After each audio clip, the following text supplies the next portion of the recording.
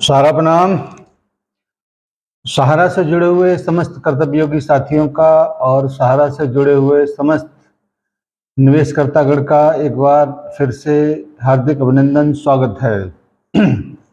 दोस्तों, सबसे पहले तो मैं गुजारिश आप लोगों से करना चाहूँगा कि जो इस वीडियो का टाइटल है उस टाइटल को देखकर किसी को घबराने की आवश्यकता नहीं है, क्योंकि सहारा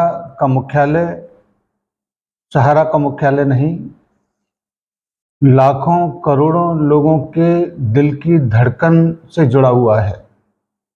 क्योंकि जब कभी भी आपको ये सुनने को मिलता है कि सहारा के मुख्यालय पर ईडी के अधिकारियों ने रेड किया है, आपकी धड़कनें आपसे बात करने लगती हैं कि अब आगे क्या होगा।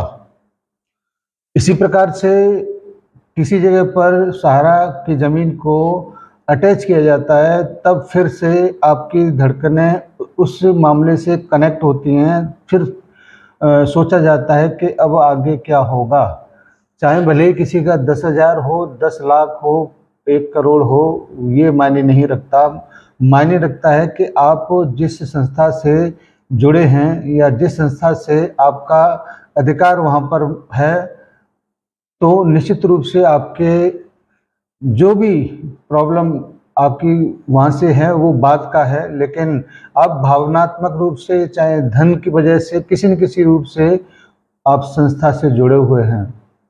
दोस्तों, आज का ये वीडियो थोड़ा सा अलग हो सकता है, क्योंकि सुप्रीम कोर्ट के माध्यम से वर्तमान में फ़िलहाल कोई अपडेट नहीं है, लेकिन बहुत सारे लोग, बहुत सारे हमारे जमाकर्ता लगातार वीडियो की डिमांड करते हैं और कुछ जानकारियां लेकर हम आपके बीच में जब भी आते हैं तो थोड़ा बहुत बातचीत ज़रूर आप लोगों से हो जाता है। तो बहुत सारे लोग इस उम्मीद के साथ कि शायद कोई समाधान मिला हो, शायद कोई, ये सारी बातें, ये सारी उम्मीदें, ये सब क्यों हैं? सहारा का मुख्यालय खुला है, इसी वजह से हैं, क्योंकि सहारा के साथ में ऐसी बहुत सारी संस्थाएं थीं जो इसके बिल्कुल समानांतर काम करती थीं। बहुत सारे कार्यकर्ता हमारे सहारा में काम करते हुए भी अन्य संस्थाओं में काम करते थे, लेकिन आज वो संस्थाएं वर्तमान में नहीं हैं, लेकिन सहारा का मुख्यालय खुला है। दोस्तों, अभी कल की ही बात है, मैं किसी जगह पर बैठा था, एक जमाकर्ता आया मेरे पास, जहाँ पर मैं बैठा था कि भाई सहारा से भुगतान कब तक हो पाएगा, कैसे हो पाएगा। तो मैंने उनसे एक बात कहा था कि भाई मैं आपसे कुछ चीज़ें पूछना चाहता हूँ कि आप सहारा की बात तो करते हैं, ठीक है, क्योंकि मैं सहारा का एक कार्यकर्ता या सहारा से संबंधित शख्स आपके सामने बैठा हुआ है इस वजह से, लेकिन आपने एक दूसरी कंपनी में भी कुछ पैसा जमा किया था। हाँ, बोला 15 लाख जमा है। मैंने सहारा में कितना जमा है? कि 2 लाख रुपए जमा है, 1 लाख रुपए जमा है। हमने कहा 15 लाख का क्या हुआ? 15 लाख के बारे में बात करने के लिए सामने कोई शख्स मौजूद नहीं है, इस वजह से 15 लाख को उसने रद्दी का टुकड़ा समझ के अपने आप को आत्मसंतुष्टि दे दी कि ये पैसा अब नहीं मिलेगा। लेकिन सहारा का अभी भी उम्मीदें जिंदा हैं, क्योंकि सहारा का मुख्यालय खुला है।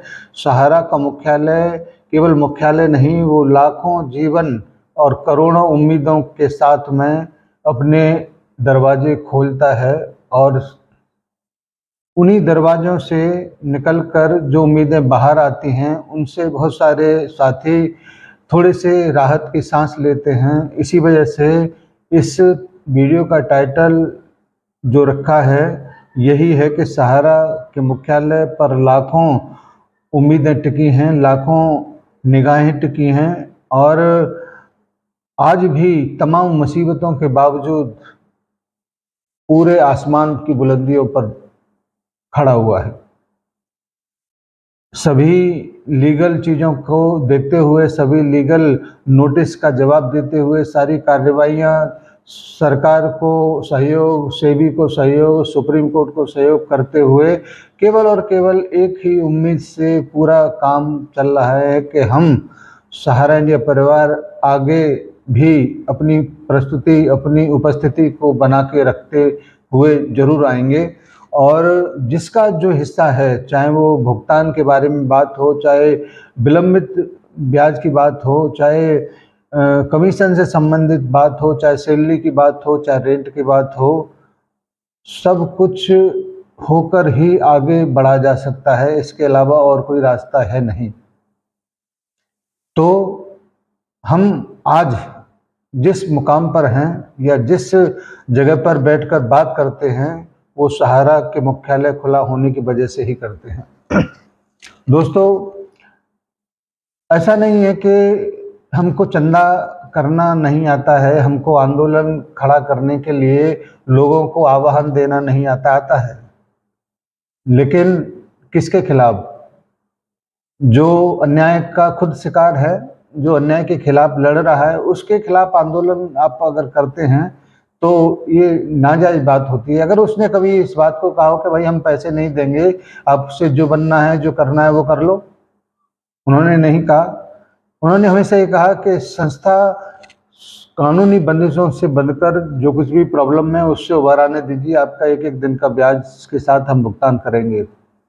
लेकिन ये टाई जो मैं पहना हुआ हूँ, ये सफ़ेद शर्ट जो मैं पहना हुआ हूँ, ऐसे ही लोग और भी इन तमाम ऐसे लोगों के झांसे में आ गए और वो खुद करोड़ों रुपए कमाकर 20-30 साल 40 साल पुराने लोग आज आंदोलन के नाम पर लोगों को ठगने के काम में लगे हुए हैं।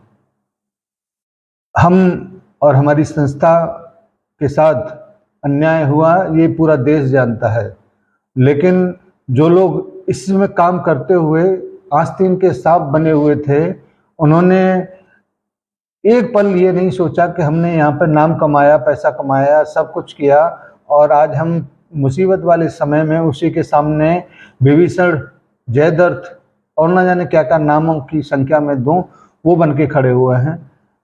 लेकिन फिर भी सहारा इंडिया परिवार की ये सोच देखिए कि किसी भी व्यक्ति के खिलाफ, चाहे वो यूट्यूब पर आकर उसको चाहे कितना भी गालियां देता रहा हो, चाहे वो सारा मुख्यालय के सामने आंदोलन के लिए कितना भी दहाड़ता रहा हो, मगर किसी के खिलाफ कोई प्रशासनिक कार्रवाई उन्होंने नहीं की या FIR तक नहीं उन्होंने की, केवल इस वजह से कि हाँ थोड़ा सा कमी है, भुगतान नहीं हो पा रहा है।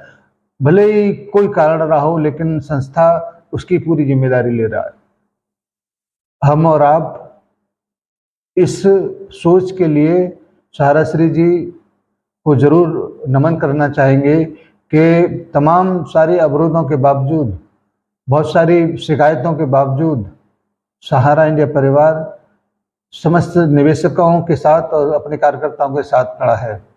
आज नहीं तो कल, जब भी सुप्रीम कोर्ट के माध्यम से जो विवाद सुलझेगा, क्योंकि मध्यस्थता के बारे में आप प्रेजेंट टाइम पर पाकिस्तान और इंडिया के बारे में समझ सकते हैं। मध्यस्थता तो वहाँ पर भी हुआ है और मध्यस्थता यहाँ पर भी हुआ है, और उसका परिणाम केवल आना हमारे यहाँ पर बाकी है, और वो थ्रू सुप्रीम कोर्ट के माध्यम से आएगा। इसीलिए हम सभी उसका वेट कर रहे हैं, हम सभी उन समस्त संसाधनों का वेट कर रहे हैं जिससे आपकी मुश्किलें आसान हो, जिससे आपकी समस्या का समाधान हो।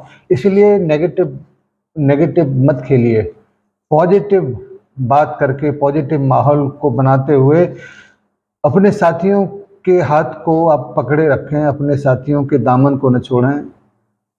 सब लोग मुसीबत में हैं, हम भी मुसीबत में, संस्था भी मुसीबत में है।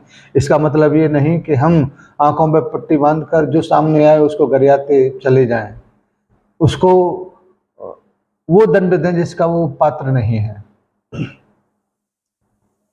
आज जो भी कंडीशन है हम उससे निकलेंगे जरूर। समय ही तो है, आज नहीं तो कल बदलेगा जरूर। धन्यवाद आप सभी के लिए, और उम्मीद करता हूं कि आप निश्चित रूप से अपने परिक्षेत्र में अपने मैदान को संभाले रखेंगे। धन्यवाद सभी को, सादर सादर प्रणाम। मेरे प्यारे निवेशक साथियों को सादर नमस्कार। जय हिंद, सादर सादर प्रणाम।